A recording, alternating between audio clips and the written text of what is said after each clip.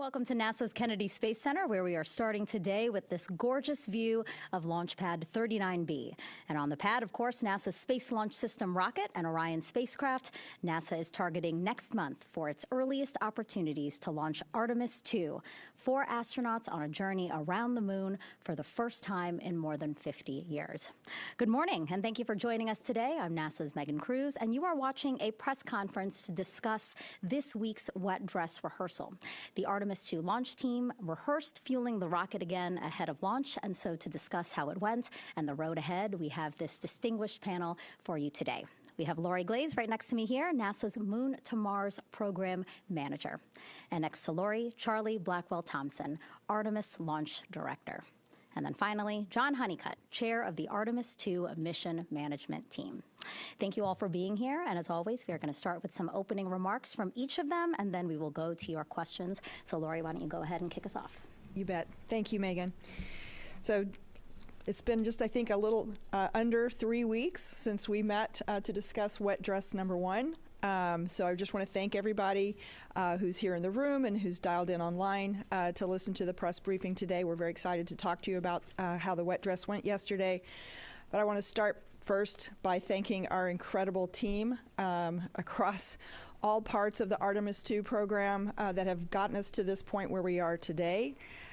They have done an enormous amount of work to get us to this point.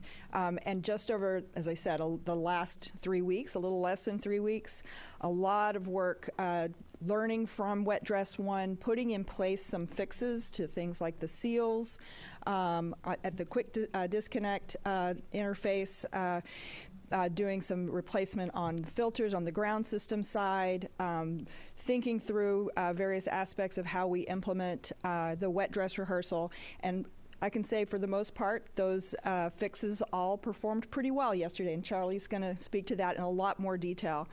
So that was really exciting. If you followed our progress yesterday, we were able to fully tank the SLS rocket within the planned timeline. We demonstrated our crew module closeout activities with the closeout crew, again, on the timeline. And we also successfully demonstrated the launch countdown. And again, Charlie will talk in a lot more detail. We did navigate through a few issues. You'll hear a little bit about some of those. But overall, the countdown went very, very smoothly. We do have work to go to get our systems ready for launch. We've already begun the data reviews from the wet dress yesterday, and there's some other work that needs to be done out at the pad. One thing I do want to say here today is that following that successful wet dress yesterday, we're now targeting March 6th as our earliest launch attempt. I am going to caveat that. I want to be open, transparent with all of you that there is still pending work. There's work, a lot of forward work that remains, including the post-wet dress analyses, of course. We do have some significant work to be completed out at the pad. Charlie will talk to that in more detail. And we also have a multi-day flight readiness review that will come up later next week. And so those things are all in front of us. We need to successfully navigate all of those. But assuming that happens, it puts us in a very good position to target the March 6th. We were fortunate yesterday to have several of our crew members present for the wet dress rehearsal. I was able to speak a little bit with Reed Wiseman, with Christina Cook, and Jeremy Hansen. They're all very, very excited. I was glad they could be here for the wet dress. They are really getting a lot of anticipation for a potential launch in March, and they go into quarantine this evening. So they will begin that quarantine later today. The excitement for Artemis II is really, really starting to build. We can really start to feel it. It's coming. And I really can't wait to welcome you all back here to Kennedy Space Center when we're ready to launch and fly this mission. Every night I look up at the moon and I see it, and I get real excited because I can really feel she's calling us, and we're ready. Thank you. I'm going to hand it over to Charlie. All right. Thanks, Lori. Appreciate that. Well, let's see. Since we were here, Lori said a little over 2 weeks ago, there's been a lot of work out at the pad. So since WDR1 As you know, we had some leaks in our ground-to-flight interface there, and we went in and we changed both the 8-inch and the 4-inch seal in that plate cavity. I'm happy to report that yesterday both of those interfaces were rock solid. We saw maybe 1% or less in that 8-inch line in that interface, which is really solid. And then, and actually it was a little less than that, and then about 1.5% in the 4-inch. So really no leakage to speak of. So it was really performed well. So the work that the team did paid off. You know, we did a hydrogen integrity test before we went back to wet dress. We felt that that was important to get a little understanding of that interface before we brought the entire vehicle up and tanked both stages and both commodities. So we got a little bit of data out of that that helped us pinpoint that we believe the leak source was primarily from our 8-inch seal. We changed them both, though, because we were in there and it just made sense to go do that. Yesterday, we got into tanking. We gave the go for tanking at 9:28 in the morning, so we were a little bit ahead of schedule. Of course, the call to stations was the night before. Powered up the vehicle elements, got everything configured, got into all of our preps. We were ready for load yesterday morning, gave the go for that.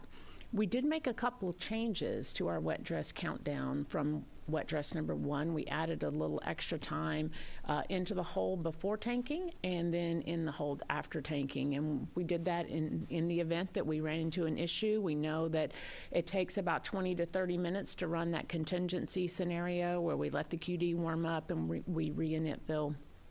So we wanted to have a little bit of extra time. Thankfully, we didn't need it for that.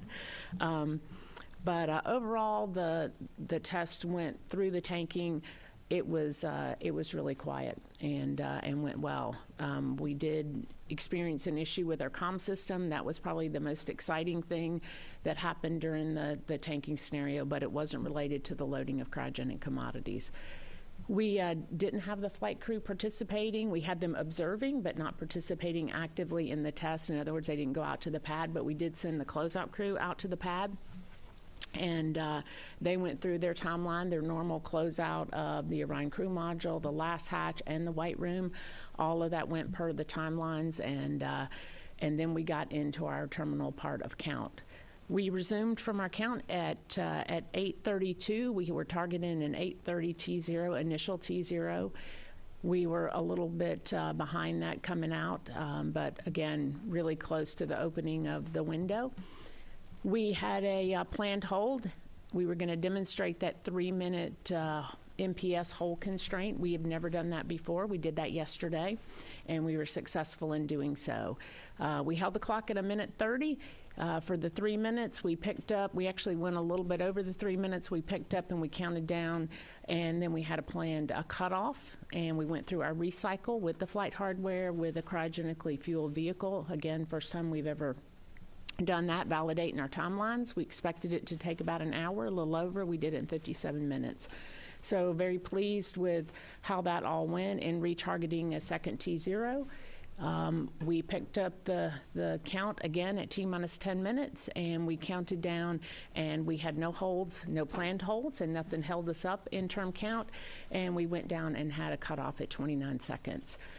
Which concluded the terminal part of the count, and then we got back into our recycle, and this time instead of retargeting to T0, we got into our drain. And I'm happy to report that through those 2 different targets of T0, when we wrapped all that up, we still had launch window remaining. So very successful day. I'm very proud of this team and all that they accomplished to get us to yesterday and then to go execute with such precision. And with that, I'll hand it over to John. All right, thank you, Charlie. Obviously, yesterday was a really good day for us. I thought the test went extremely well. The entire team really remained focused and vigilant throughout the entire test, and that includes the MMT. You know, when we did the test 3 weeks ago, the hardware was talking to us, so we listened. And as Charlie mentioned, the remediation activities that we took turned out really well. Again, though, it was just another opportunity for us to ring out the system and validate and verify that we've got a good system in place before we put crew on the launch vehicle, the rocket, to go fly on launch day. I thought just kind of I had a little bit of time to reflect on the launch team and the MMT throughout the day, and I really felt like we've all gotten to a place where we want to be relative to how sharp we are and how we operate. You know, you see a lot of times relative to our launch frequency, and so we have to work really hard through training activities for all of us to stay on edge. Teams off looking at the data. I met with some of them this morning. So far, we don't have any indications of anything that we're worried about, but we're just getting started. So we'll go through that and see what the teams come up with and address those as needed. But overall, it was a good day for us. Megan, back to you. Thank you. Yeah, thank you so much for those opening remarks. It's really great to see how we've learned from Wet Dress 2 and we had a successful learned from Wet Dress 1 and we had a successful Wet Dress 2. All right, so we are now going to invite reporters here in person as well as over the phone to ask their questions. If you're on the phone, remember that you need to press star 1 to get into the queue and then wait for a mic to get to you here. So we'll start over here. Marcia, go ahead. Marcia Dent, Associated Press. To meet a March 6th launch attempt, when would the flight readiness review need to be held? When would the crew be getting? What other milestones between now and then do you have to be on time for in order to make that first time in March? I'll speak to the programmatic part of that, and then I'll pass it over to Charlie to talk some of the other big kind of technical things that we have to get done in this time frame. You mentioned the flight readiness review. That's certainly a big one. It is targeted for the end of next week. That should be in plenty of time prior to launch to go through that certification of flight readiness. It is going to be an extensive and detailed review. We are going to go over and comb every aspect of this system. And we'll go through that with our Associate Administrator, Amit Kshatriya, and I expect our Administrator will be paying very close attention as well as we go through that certification process. And then at launch minus 2 days, we hand over responsibility over to John Honeycutt as the MMT Chair and as we prepare for the launch readiness. You mentioned the crew. The crew will go into what we call a soft quarantine, or we're calling a soft quarantine, where they're going into quarantine at Johnson Space Center later today, as I mentioned. And then probably at around L-5 days or more, that would be the latest, but it could go a little earlier, they would transition here to Kennedy Space Center to continue their quarantine up until launch. But I'm going to pass it to Charlie, and she can tell you about the big technical milestones that we need to achieve. Well, really, we just have one big milestone left. We have contingency pad access that we are installing. So we got through our drain operations early this morning, got into inerting. We'll get back into the pad probably somewhere around, what time is it now? Maybe somewhere in the next hour or so. Certainly by the end of first shift today, we should have our teams back in. We're doing the preps for the lift, so we could be ready for that lift as soon as this evening. Once we get the platforms lifted up, we have two of them. One of them that provides access to the inner tank and to the booster, and then another that provides access just to the boosters. We'll go in, we'll establish access in those volumes, and then we go in and do the FTS retest. And so that involves disconnecting ordnance, doing the retest, reconnecting ordnance, backing out of those volumes. So it's not a short, 12-hour amount of work. It spans several days, but that's really our big thing that we have left to do before launch. Getting through this wet dress was an important milestone for us. Certainly, there's other work. We'll continue with our late stow and final preparations of the crew module. We have some lessons learned from yesterday that we'll go in and address. But in terms of the big work that's left, it really is that contingency pad access and that FTS retest. Thank you. Okay, Bill. Bill Harvey, CBS. Charlie. You mentioned the mini tanking, the hydrogen integrity test or whatever. You know, I think I'm speaking for a lot of reporters. We would not have known that was going on if we didn't ask somebody, which I don't understand. I mean, there's a lot of interest in all of this, and I don't understand why information is so hard to come by. I know you talk to us at these briefings and stuff, but it's like PAO doesn't have permission to tell us things. That's number one. If you can just address that, because you are the launch director. And secondly, the seals you mentioned. You have to realize none of us have ever seen a picture or a drawing.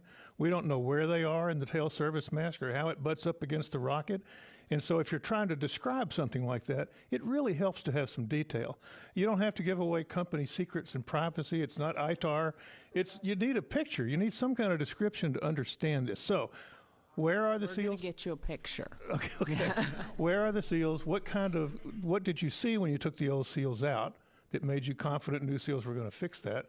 And how are they arranged around the 8-inch and 4-inch? Are they separate with separate lines in a cavity, or are they separate cavities? How does that work? Sorry. It's all good. So I'll take a shot at it, and then I'll, if John wants to add anything to it, I'll hand it over to him. So, and we can absolutely get you some pictures to help out with it. But you have two different lines that go into the plate that forms the interface between the flight vehicle and the ground. And those plates come together, and there are two. If you're looking at that live shot at the pad, you'll see there's two hoses that come off of the back of that plate, two flex hoses. One is 8-inch, it's for your fill and drain. The other is your 4-inch, which is your bleed. Inside of that plate cavity, there's a seal that goes around where that interface mates together. Pretty simple looking seal. And so what we did is that we went in and we changed both of those out. In terms of findings, we didn't have any significant findings when we went into the cavity. It wasn't like we saw something where we had a significant blemish on the seal and we thought this is absolutely, the root cause or the witness to the leakage that we saw. But the team worked through the data. What we did find was seemed to be, after we removed the seal, there was a little bit of moisture in that 8-inch area. Where it came from, I'm not entirely sure, but we found some moisture there, and certainly when you get cryogenic temperatures going through there, you can have some freezing, and that can cause an issue. We also found that there was a little bit on the 4-inch, there was a little bit of scratches on there, which we very easily buffed out. Again, it's not indicative of the kind of leak that we saw during wet dress number 1, the scratches that we experienced. So when we closed up that cavity, we didn't have one thing that we could point to where we said this was absolutely it.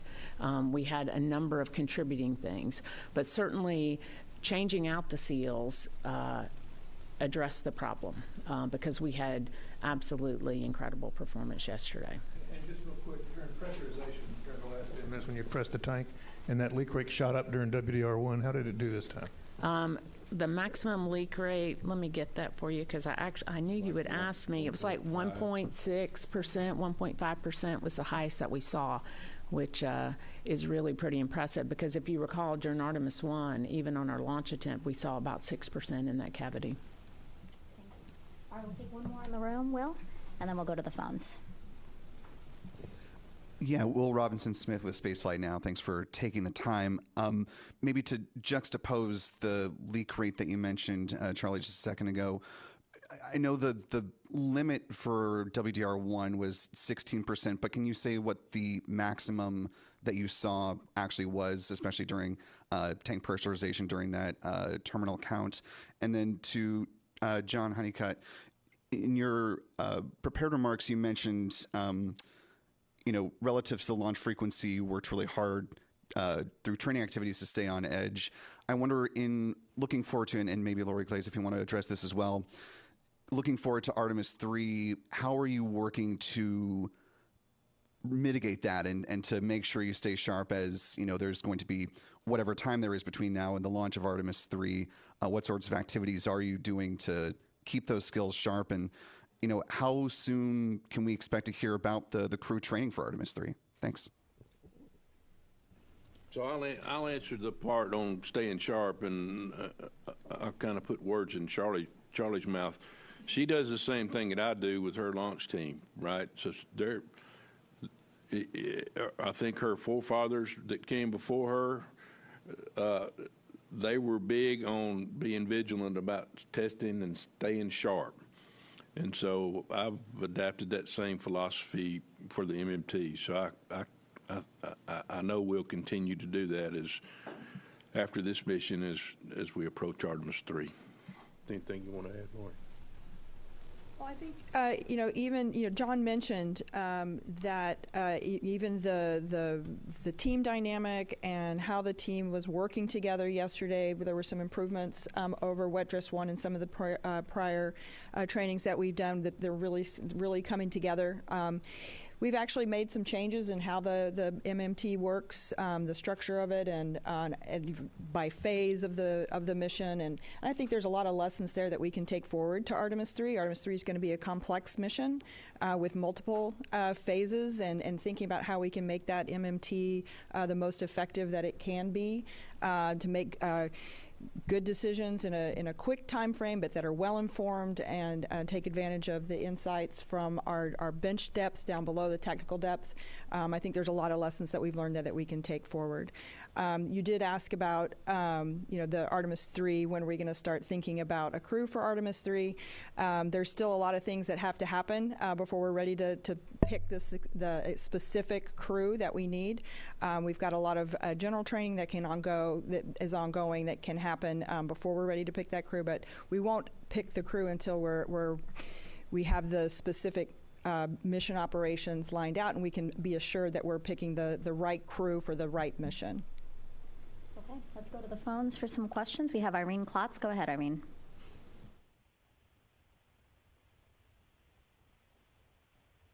The administrator had written something about redesigning this interface for Artemis III. At this point, do you think that that's necessary, or do you think you now have this leak issue handled for future missions?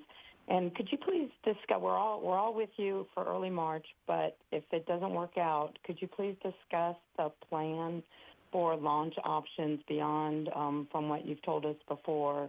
The early April window would not be available due to battery checkouts, and I have tried for a month to get the rest of the window that opens April 30th to no avail, and echoing Bill's comments about please freeing your very good PAO staff to tell us what they know. Thanks. Yeah, go ahead, John. You go first. I'll take the seal part. So I think last time we got together, I told you about how tricky hydrogen was. It's small molecule, very energetic, and it likes to find leak paths. We've seen that throughout history. This team has worked very hard since Artemis I and knew we had work to do to get us into a place where we weren't having these problems. And I can promise you that they addressed everything that we could get addressed, yet we still ran into this. I would share with you that the team still got some open legs on their fault tree that they've been working, but I think they got some good data in this round. We'll have to see where that drives them in order to answer the question. And, if you recall, on Artemis I, we did the same thing. We changed the seals at the pad, and we were successful. So here we are over the last 3 weeks. We changed the seals at the pad, and we were successful. So, again, the hardware's talking to us. I don't want to get ahead of the team. I think they've got some theories about what's going on there, but we'll let them drive to closure. But I do know the administrator wants to make this leak-proof, and I think we're on a good path and got a good opportunity to do that. Okay. Ken Chang, New York Times. Go ahead, Ken. Hi, simple question. When would you set a launch date? Would that be after the flight readiness review? As I said, I think we are going to target the 6th. It's pending the successful work at the pad and the successful certification of flight readiness, which I said we anticipate the end of next week. So I think we can keep an eye on those activities. If something happens that pushes us off away from the 6th based on the experience that we're having over the next week or so, we will certainly communicate that and be transparent about it. So let's all keep our eyes out. We'll be, I'm sure, posting regular blogs, updates on how we're doing with the contingency pad access and the work that's going to go on with the flight termination systems in the booster and the intertank area of the core stage. If there's something there that looks like it could threaten the 6th, we will certainly let everyone know that we could move off of that. But for right now, that's the direction that we're headed. I think there was also the question earlier about other launch availability, the later launch periods.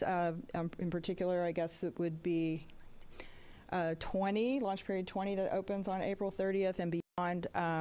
We'll certainly take that comment seriously and take a look at there's still a lot of analyses that has to go into those, and so the 3 launch periods that we released are the ones that have been analyzed most closely, where we understand the constraints. We've talked before about all the various parameters that can impact the launch availability, including the thermal state of Orion, eclipses, communications constraints, the heat shield that we've talked about previously.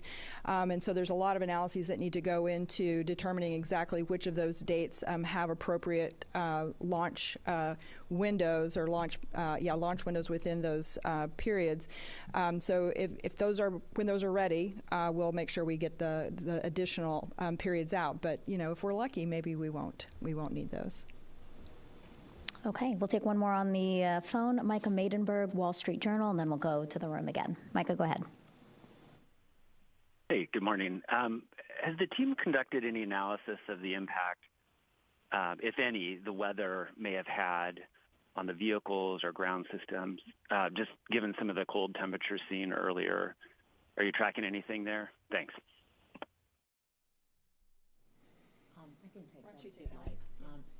So we do not believe that the cold temperatures had an effect on the performance of the cavity, just because the ambient conditions are, I'll say, so much kinder than the temperatures that are flowing through that interface. But certainly we did see during the performance of the wet dress, we did see in some of our systems out at the pad that we had some thermal effects from that, and so we have gone through and taken action on those. And by that, what I mean is that you have certain pneumatic systems that you set up based on ambient conditions.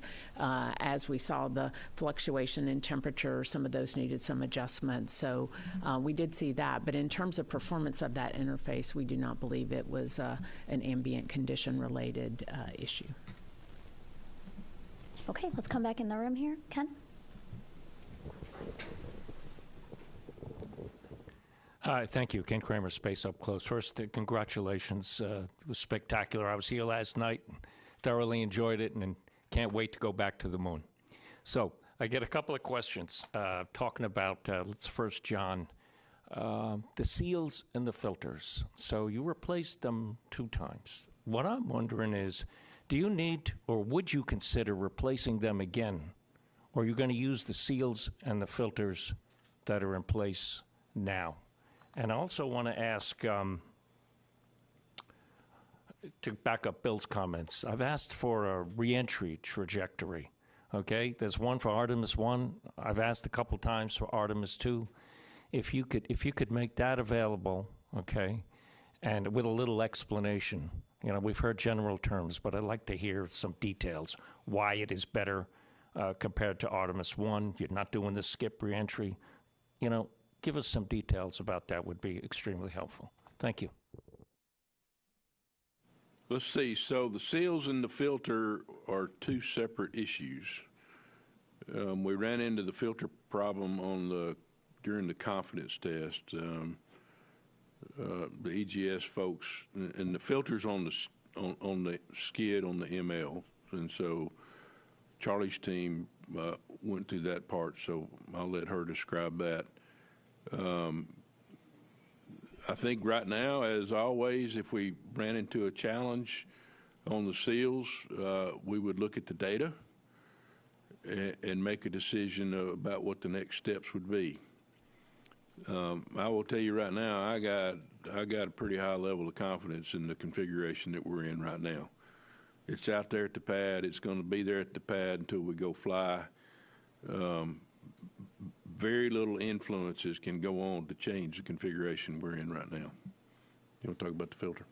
Sure, and I would agree with John. There would be no plan to go change the seals. We had great performance yesterday, and there would be no reason to go relook at those. In terms of the filter, John said it. It's on the cryo skid that's on the mobile launcher, and so what happened during the confidence test is that we saw a delta P across that filter that we didn't expect, and it was right around the time that we were transitioning to fast fill. So what we were left with was, did we have something that was clogged in the filter? Was the filter frozen? What caused that? And so we went in, and we had to wait a couple of days for it to warm up, get it up to the right temperatures, because the last thing you want to do in a cryo system is introduce moisture. And so we went in, pulled that filter out. What we found was that it wasn't clogged. So we were left with, there's no debris in it, and so it was likely some air that got ingested into the system somewhere, and it froze as part of those operations. So we purged it out, put in a brand new filter, and continued our purges, and again had really good performance yesterday. We would have no plan to go in and touch that again.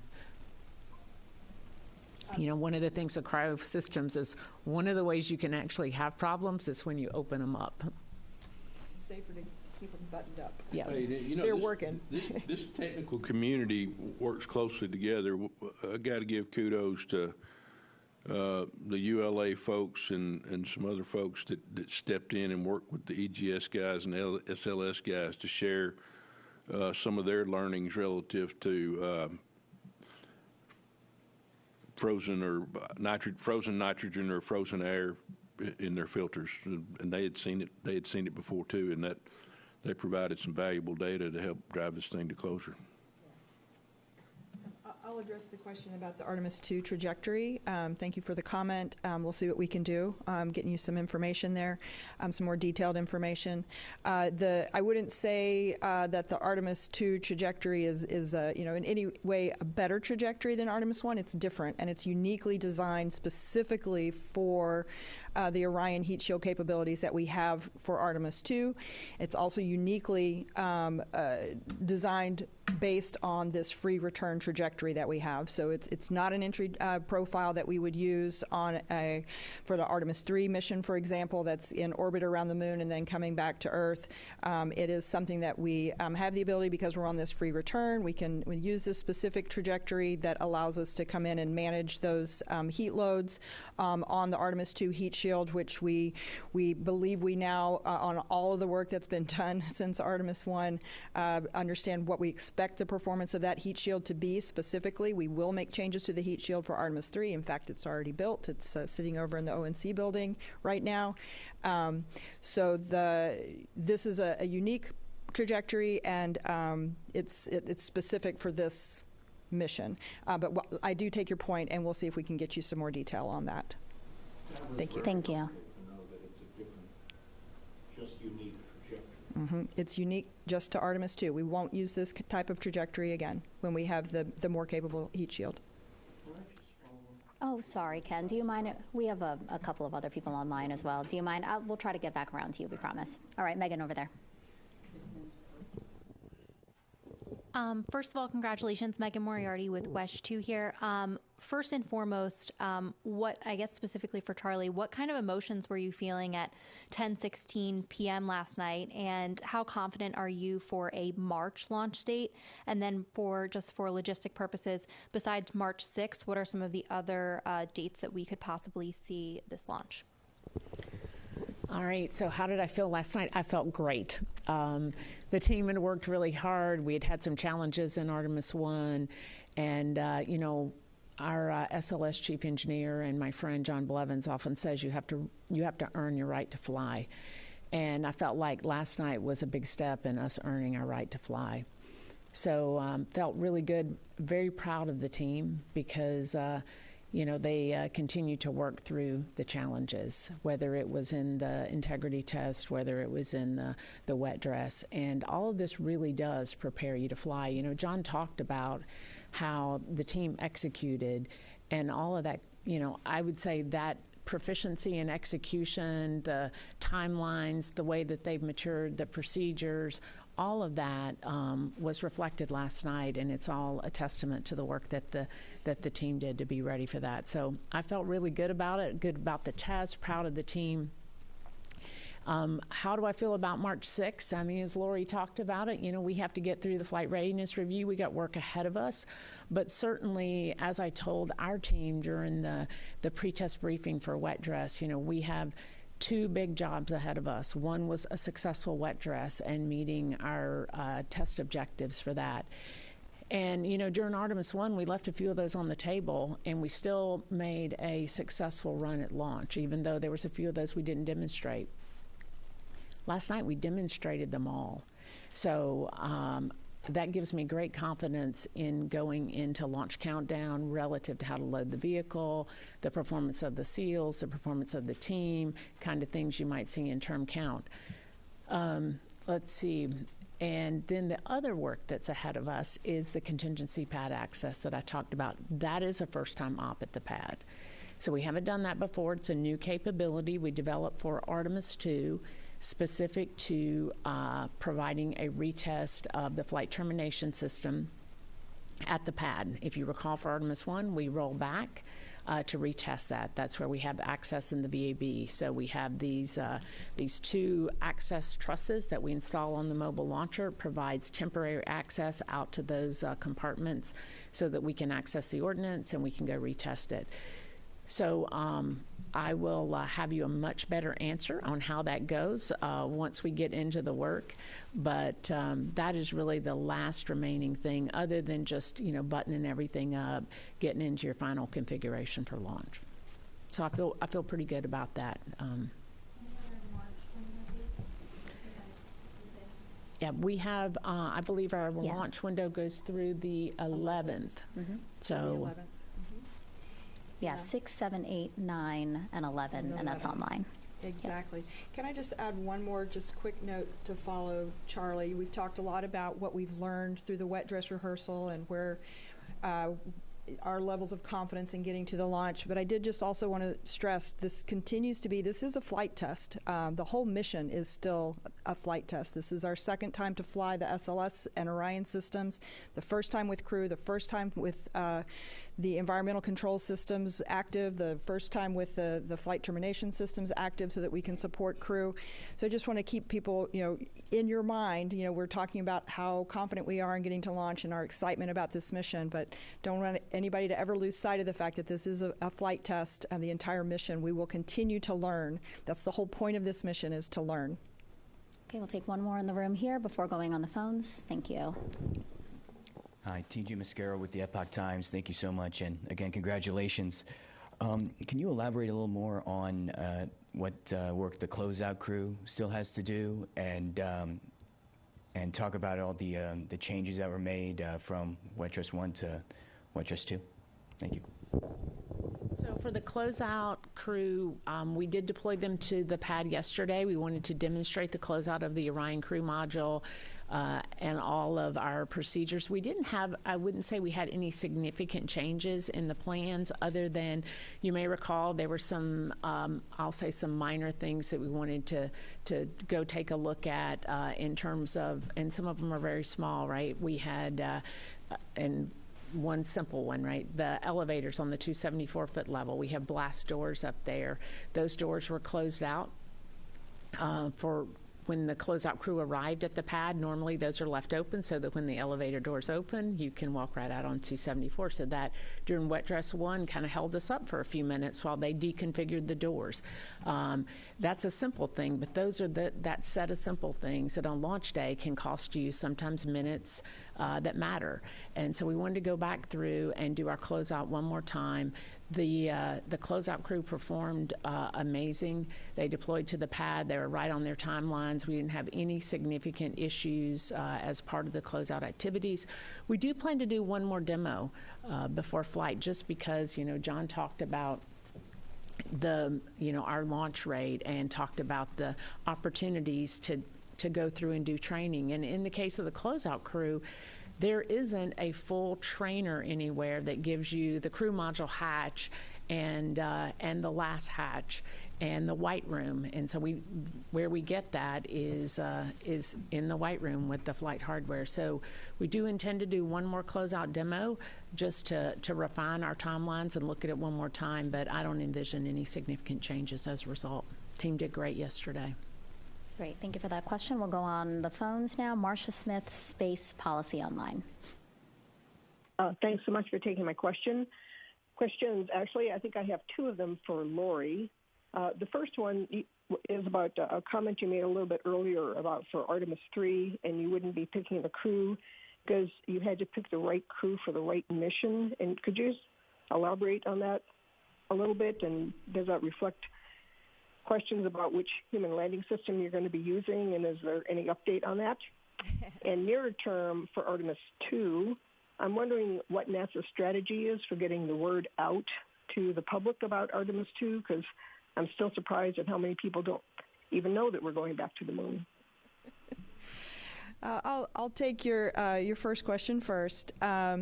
Yes. So as you know, we have been over the last several months thinking about trying to introduce a little bit more of a competitive nature and trying to get our crew to the lunar surface. And so we are looking at potential, the potential of having either the Starship or the Blue Origin landing capability. So that will make a difference in training.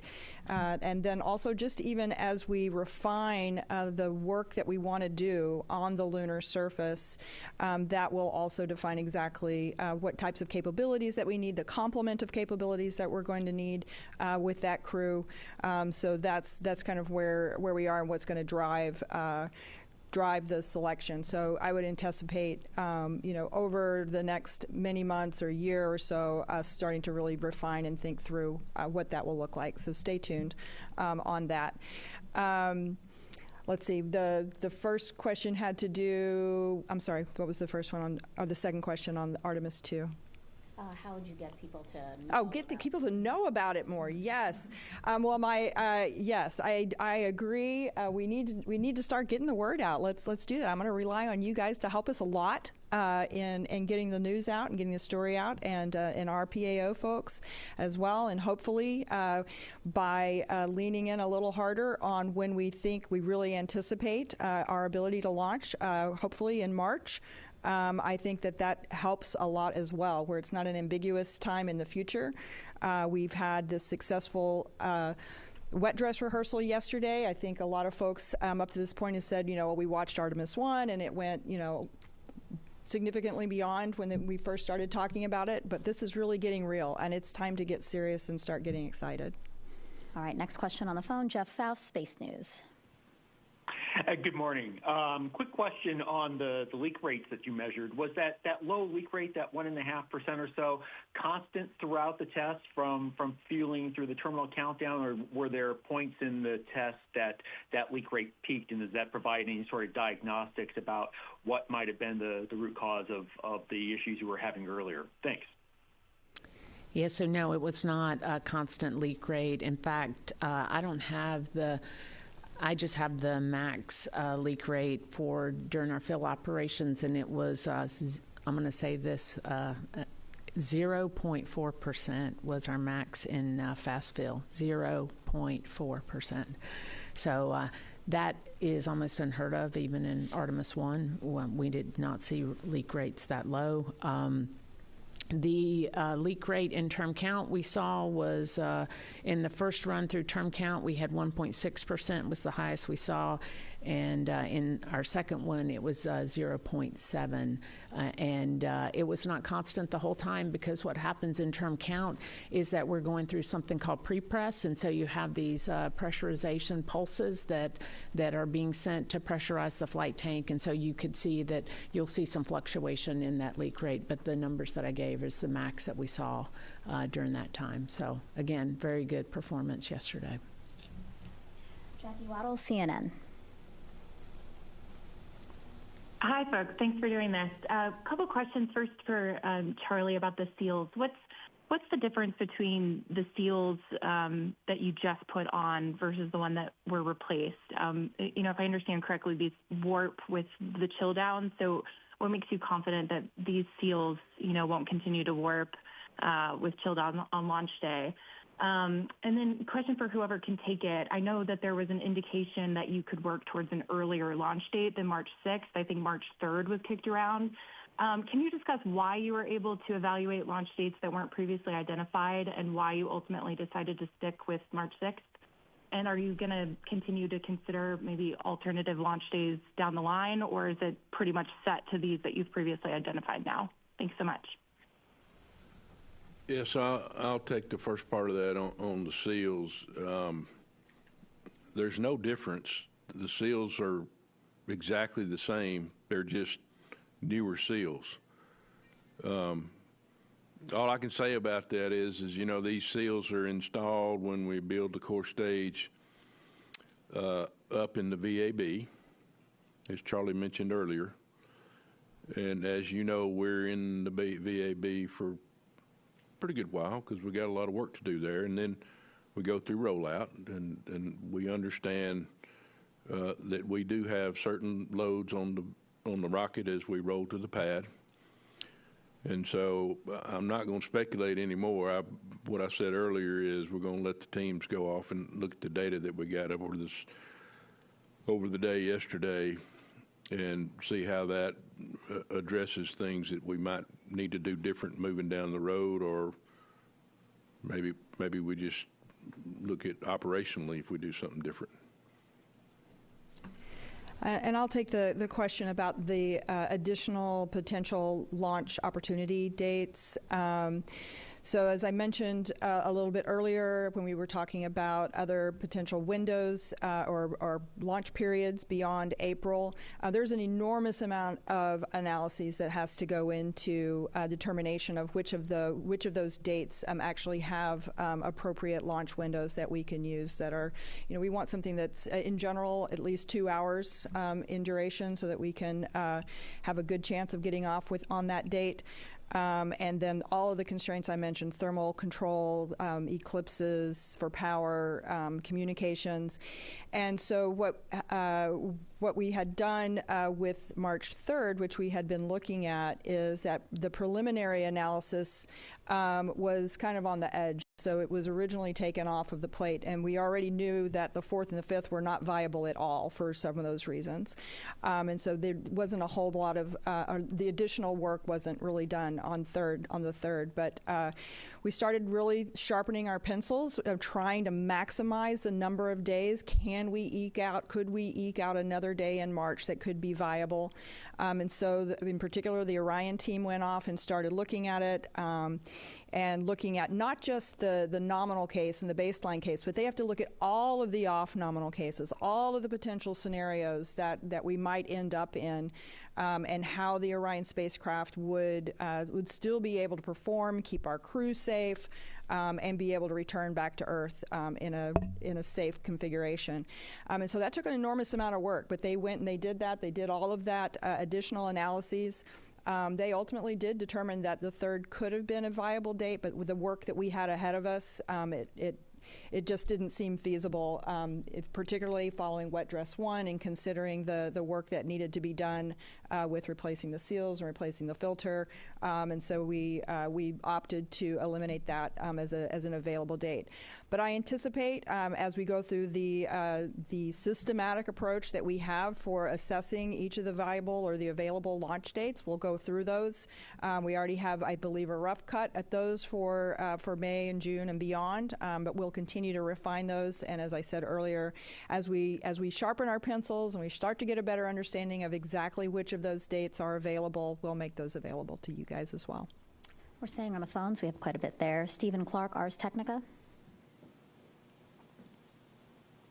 Hi, thanks for taking my question. John Honeycutt just answered my main question, but I'll follow up on the seals. What are the seals made of? What material? And remind me, was there any difference between or design change made in the seals themselves between Artemis 1 and 2? That's for John, I guess. And for Charlie, we heard some things. You mentioned the comms issue during the countdown and also the booster avionics issue that came up during the terminal count, I guess, yesterday. Can you kind of just go over, what the path forward is on resolving those? Thanks. So it's a metallic ring that fits between the two interfaces, and the metallic rings has the sealing material built up on it. It's Teflon, and then it's kind of a complex geometry to the spring because it's got a spring assist feature to it all around the seal, and then even I believe it's the 4-inch seal is actually a pressure assisted seal. So, but no, there's been no change since Artemis 1 in the design. Okay, Joey Roulette, Reuters. I had a quick question on the communications issues that was mentioned earlier on this call. I know it's not an exciting thing that happened, but I'm just curious to know what was causing that, what the fix was, what the situation is there. Thank you. Yeah, so I can take that. We did experience a communications issue yesterday. We were able to track it down to a network configuration issue, and so we've been able to take corrective actions to ensure that we don't have that happen again. One thing I'll also say is that we were able to go through, while it wasn't planned to demonstrate yesterday, we did go through a contingency procedure that we run in the event that we have a loss of comm, and we implemented that yesterday. It worked great. The only slight holdup that we had was when the comm issue, when we encountered it, it was just as we were getting ready to take hydrogen from slow fill to fast fill, and I did ask the team to hold up. I didn't want to go to fast fill until we had stable comm, just because in the event that we were to have something happen, I wanted to make sure that we could communicate across our team. But we do have a contingency plan that involves test nets on our radios that we utilize, and so we did go through and deploy those yesterday in the firing room, and we were able to keep communication with our team while the comm network team was able to go troubleshoot and isolate the problem. And get us back stable. Okay, Nicole from the Canadian Broadcast Company is on the phone. Go ahead, Nicole. Actually, that was my question. I was going to ask about the comms issue. But, I mean, you seem pretty confident that this won't creep up again. I'm asking because this also occurred during the first attempt with Artemis 1. Had you changed anything since then with comms? An issue like this during Artemis 1, I do not recall any issues that we had like this with the communication system during Artemis 1. We had a different comm system during Artemis 1 than the one that we have in place today, and I don't recall any communication issues during Artemis 1.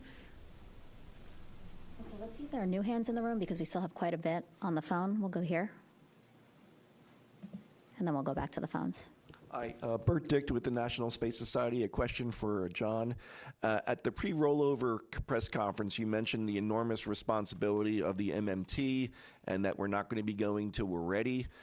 We've made a lot of progress since then. I'm just wondering, as we're moving toward launch, what will you be looking at specifically? Is there anything that maybe concerns you or is keeping you up at night? Now, are you talking relative to the MMT or the hardware? To the MMT. Yeah, so, we did talk, we looked at it, and I think the leadership above me agreed at some point in time in this path to today, we needed to do more to get ready. I feel like at this point we have demonstrated a significant amount of improvement to where I am almost happy. And I may not ever be happy. I don't know. But I'll tell you, we have another in-space sim planned at JSC for the MMT on Monday. And then, knock on wood, we want to go fly as soon as we can in the launch window. But if something opens up there, and God forbid that to happen, I'll be looking at other things we can go do to stay sharp. All right, we have time for two more on the phone. Tariq Malik, Space.com.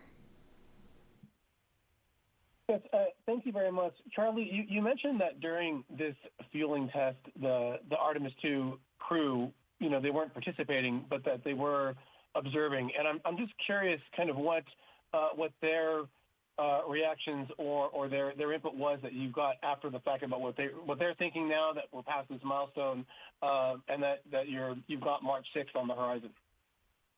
Yeah, so we were really lucky to have our flight crew in the firing room, 3 of the 4 members observing the test, and I would say that they were excited to be there with the team, and pretty pleased with all of the results. So, I wouldn't want to put words in their mouth, but I think they were as happy or maybe happier than I was, and I was certainly thrilled with the results. Hey, Reed said in the MMT bubble with us, and in particular, he sat right next to the Moon to Mars chief engineer, and he stayed right there through the whole time.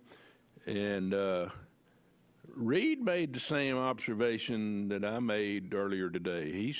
He's been either directly tracking or indirectly tracking what this team's doing to improve, and he saw that and he noted it to me after we finished the test. So he reflected on the launch team and the MMT. All right, Andrea Leinfelder, Houston Chronicle, you have the last question of this press briefing. Go ahead. Hi, thank you. I wanted to ask another question about the communications. I recall there were communication blackouts during the first wet dress rehearsal for the Artemis II mission. And there was an alert or a news update that said it had been an ongoing issue. So is there a larger issue with the communications? And, did going through the contingency plan yesterday provide confidence that, that plan would work on launch day if there was another communications issue? Thank you. So we did have a comm issue during wet dress 1, and there's been like many communication issues, just a reflection of technology, if you will. They can happen for a lot of different reasons, and so the team has been working very diligently to determine as we go through each of them, and not all of them are the same. Sometimes it is related to some of the comm issues can be related to some configuration between centers, and so you may have heard that we had some of that in one of our wet dress where we had some of our loops that weren't connected in the way that we expected, which is why we do wet dress, so we can figure out all these things, so on launch day that we get all this configuration and all of this mapping correctly. And so that was one form of the comm issues that we've had. We've also had another issue on a prior test where we dropped out of what was called duplex to simplex mode within the server, which is that the comm essentially worked just fine, but the redundancy wasn't there, and so you may have heard us speak about that. Yesterday's issue was something completely different. It wasn't within the voice comm system itself, but it was in the network.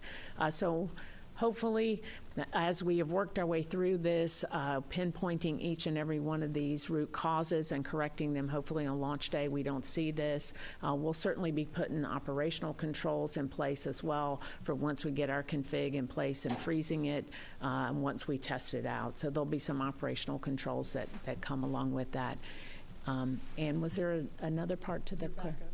Oh, our backup plan. So, because we had some issues before, we wanted, with wet dress 1, we wanted to make sure that we had, one of the things that I think NASA does really well is we we learn from the data that we're given, and then you try to take that and you apply it, and you think about, well, what could the next failure be, and how would we address that? And so we had a comm issue. We thought about, we went and corrected the issue that we had, and then we thought about, well, what if this happened, and what if it happened in the most dynamic state, and what would we do, and how would we address that? And that's where the contingency plan came up. We had that proceduralized, so it wasn't something we were doing yesterday. We had radios available in the firing room. We had people designated that would be available to provide those as they were needed. We knew what channels we would use. It was all in our procedures. And so while I hope to not execute that on launch day, I certainly know that if we need to, that it is available to us. And I know you said that was our last question, but I want to go back because I didn't answer, I think, between the multiple questions, it got missed. But someone asked about the issue that stopped us in terminal count, because we always plan to count down and hold at a minute 30. We did not plan to have an issue. We did have an issue, which was booster power 001, which looks at it basically looks at 3 measurements. 2 of them are from the ground and 1 is from the booster onboard battery. And it's just making sure that we have the right voltage to support the mission. And so what happened is that the flight measurement looked great. It was solid, and we saw a delta to the between what the ground side was seeing. So we're going to go take a look at that. It was no constraint to yesterday. We're not going to fly, and so we knew that we're in a good position to press on. We did that, but we will be going and looking into that and figuring out why we saw that delta between the ground and the flight. Certainly between the two, you want your flight measurement to be sound, because that's the one you're going to go fly with. The ground one's going to be left behind, but we'll go work that out and figure that one out. But that was the issue someone asked about that stopped us in term count yesterday. Thank you so much for that follow-up. Charlie, as you can see, we try to get to as many of you and as many of your questions as possible, but we do have to wrap up today's news conference now. Again, thank you so much for your questions, and thank you, of course, to Lori, Charlie, and John here. And as you heard them say, we are going to target our first March opportunity, March 6th, pending any open work. But ahead of that attempt, we'll, of course, host more of these briefings so that you can stay up to date on our progress. But until then, everyone can learn more about this mission by going to nasa.gov/Artemis. We're pulling that up on the screen right now. Again, nasa.gov/Artemis. Again, thank you, everyone, for your interest, for your questions, and have a great rest of your day.